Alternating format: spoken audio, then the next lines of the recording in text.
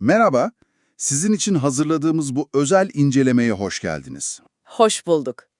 Bugün bize gönderdiğiniz kaynaklara, özellikle de şu Avrupa Hun İmparatorluğu, Attila ve mirası metnine odaklanacağız. Evet, oldukça ilginç bir konu. Amacımız bu, yani bu güçlü imparatorluğun kilit noktalarını, bir de tabii Attila'nın mirasını biraz daha yakından anlamak. Harika. O zaman hemen başlayalım mı? Elimizdeki bilgilere göre Avrupa Hun İmparatorluğu Macaristan topraklarında kurulmuş, Balamir tarafından. Evet, doğru. Coğrafi olarak bakınca bayağı stratejik bir başlangıç noktası gibi duruyor değil mi? Avrupa'nın tam ortası sayılır. Kesinlikle öyle. Hem Doğu hem de Batı Roma için, yani onlara yönelik hareketler için çok ideal bir üs aslında orası. Ve kaynakların da işaret ettiği gibi imparatorluk sınırları hızla genişliyor. Bakın, Ulduz dönemi var mesela. O dönemde Hunların Anadolu'ya ilk kez ayak bastığını görüyoruz.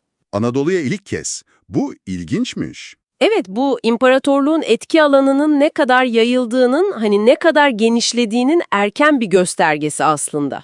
Anladım. Yani sadece batıya değil, Güneydoğu'ya doğru da bir açılım var. Peki, imparatorluğun gücü sadece askeri mi? Siyasi ağırlıkları nasıl? Tabii askeri güç çok önemli ama siyasi olarak da ağırlıkları var. Kaynaklarda Doğu Roma, yani Bizans'la yapılan Margos ve Anatolius antlaşmaları geçiyor. Hatta metinler diyor ki bu antlaşmalarla Türkler siyasi üstünlük sağlamış. Evet, bu antlaşmalar gerçekten önemli dönüm noktaları. Bu üstünlük tam olarak ne demekti peki? Yani somut olarak ne getiriyordu Hunlara? Şöyle diyeyim, bu anlaşmalar sadece kağıt üzerinde kalmıyor. Bizans üzerinde çok ciddi bir Hun baskısı kuruyorlar. Mesela Bizans'ın ödediği yıllık vergi var. O ciddi oranda arttırılıyor. Sonra Hunlardan kaçanlar varsa onların iadesi şart koşuluyor. Bir de Bizans'ın Hun düşmanlarıyla ittifak yapmasını engelliyorlar. Anlıyorum. Bayağı ağır şartlar aslında Bizans için. Kesinlikle. Yani bu askeri gücün nasıl diplomatik yollarla siyasi ve ekonomik kazanca dönüştüğünü çok net gösteriyor. Hunların bölgedeki gücünü tescillemiş oluyor bu antlaşmalar. Tamamdır. Şimdi gelelim imparatorluk deyince akla ilk gelen isme. Attila. Evet, Atilla. Onun Roma seferi var malum ama kaynaklar diyor ki şehri almaktan vazgeçmiş. Bu çok merak edilen bir konu. Neden? Evet, neden vazgeçtiği hep tartışılır. Kaynaklar birkaç sebep sıralıyor aslında. Neler onlar? Papa 1. Leo'nun ricası, değil mi? Bir o var. O var, evet. Şehrin Hristiyanlar için kutsal kabul edilmesi var. Bir de Batı Roma'nın gücünün zaten kırıldığına inanılması. Yani zaten zayıflar, daha fazla uğraşmaya değmez gibi bir düşünce belki. Mantıklı. Bir de şey vardı. Sasaniler üzerine yeni bir sefer planı. Bu faktör de ilginç. Kesinlikle. Bu Attila'nın ne kadar stratejik düşündüğünü gösteriyor olabilir. Yani tek bir neden yok da bir sürü etken bir arada. Yani hepsi birden mi etkili olmuş? Muhtemelen Papa'nın ricası, şehrin kutsallığı falan belki diplomatik bir geri çekilme bahanesi sunmuş olabilir.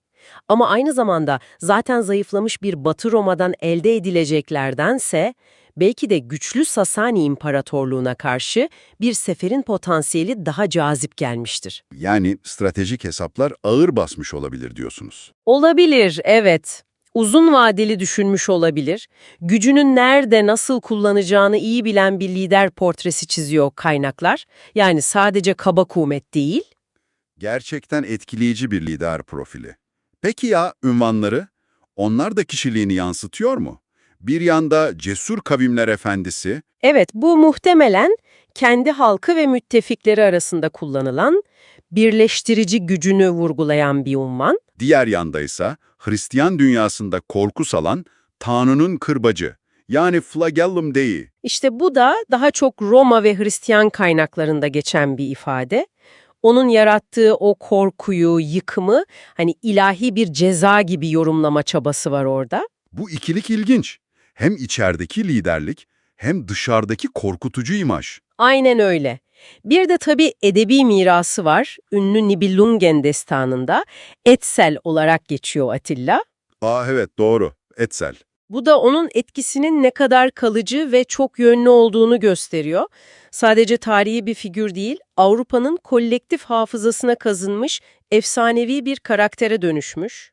Evet, gerçekten de Avrupa Hun İmparatorluğu'nun kuruluşundan yani Balamir'den başlayıp Ulduz'la Anadolu'ya uzanmasına, Bizans'la yapılan o anlaşmalara ve tabii Atilla'nın o hem korkutan seferlerine hem de Roma kapısındaki o kritik kararına kadar önemli noktalara değindik. Bu kısa bakış bile aslında Hunların, özellikle de Attila'nın Avrupa tarihinde ne kadar derin izler bıraktığını gösteriyor, değil mi? Kesinlikle. Sadece savaşla değil, diplomasiyle, bıraktıkları o korku ve hayranlık karışımı izlerle, hatta işte efsanelere konu olmalarıyla bile tarihin akışını etkilemişler. Attila'nın kararları, ünvanları, edebi yansımaları, hepsi o dönemi anlamak için birer ipucu aslında. Peki tüm bunlar ışığında size bir soru bırakayım o zaman. Şöyle bir düşünün. Attila o saydığımız pek çok sebepten ötürü Roma'yı almaktan vazgeçti. Evet. Peki ya vazgeçmeseydi, şehri alsaydı? Tarih nasıl şekillenirdi? Avrupa'nın haritası çok daha farklı olurdu. Düşündürücü bir soru. Bu karar o dönemin liderliği ve gücün doğası hakkında bize ne anlatıyor acaba? İşte bu düşüncelerle sizi baş başa bırakalım.